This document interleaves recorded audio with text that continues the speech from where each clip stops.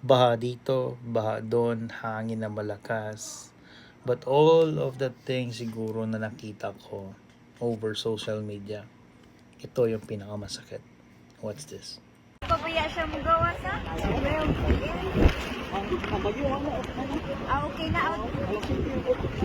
Pinakupalang job siya. Ay ko, sa farm. Sabi na stop na. Sabi na stop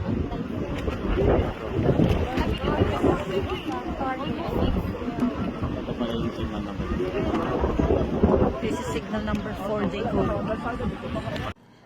Napakasakit. Kasi pilit niyang nire-revive yung sinasabing asawa niya daw.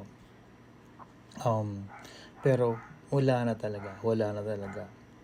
And yung tipong nasa sitwasyon ka na alam mo na wala ka talagang maasahang tulong dahil sa sitwasyon. May baha, may bagyo, ni kahit sino man wala kang pwedeng masabihan or matawag man lang kasi kayong dalawa lang. Right? Napakasakit nun. Yung tipong wala talagang tutulong sa'yo.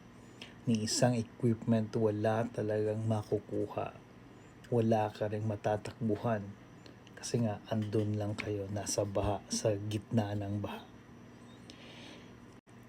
For all the people who were affected by typhoon, especially for those people who lost their loved ones, condolence and prayers for everyone. And at the same time, with that, with that situation, with this situation that's happening right now, let's pray, especially for the people in Cebu. And I know there's still a lot of places who were affected by the typhoon. Prayers, and help out each other. And for all those people who still have their loved ones with them, their family especially, take good care of them. Value each time and each moment that you spend with them. Even if, magkalaban kayo, try to find a way na maging okay kayo. Because again, you will only know what it's worth when it's gone. And napakasakit yung time na yung tipong, bakit hindi ko na ganito? Bakit hindi ko na ganito? Yun yung pinakamasakit. And you don't know when it happened. It will just suddenly be gone. Sakit yun. Right?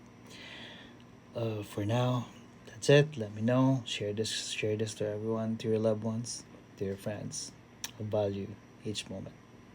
For now, cheers. Bye.